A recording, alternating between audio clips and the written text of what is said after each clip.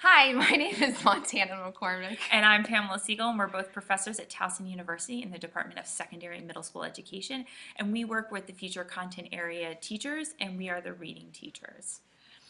And today we're going to be talking about our article entitled Helping Reluctant Readers, How to Make Science Texts More Accessible. This is published in the April-May 2016 edition of The Science Teacher.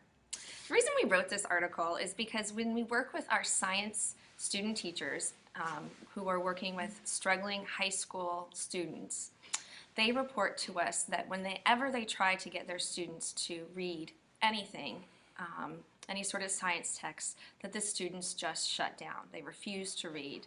They'll fake read, they'll put their heads on the desks. One thing to remember is that often science texts are just a lot more complex than what students are normally faced. But also what's important to understand is that these students are refusing for valid reasons. Some of them are struggling readers, they're reading way below grade level. Some of them may be English language learners, and some of them may have learning disabilities. And what's important to remember is that these students have had years of experience struggling to read the text. And so for them, it's just logical. Why try something that they're not very good at? Now, there's lots of things a science teacher can do to help their students become more successful at reading science texts. But for this article, we focus on two specific ways to make text more accessible for these reluctant and struggling readers.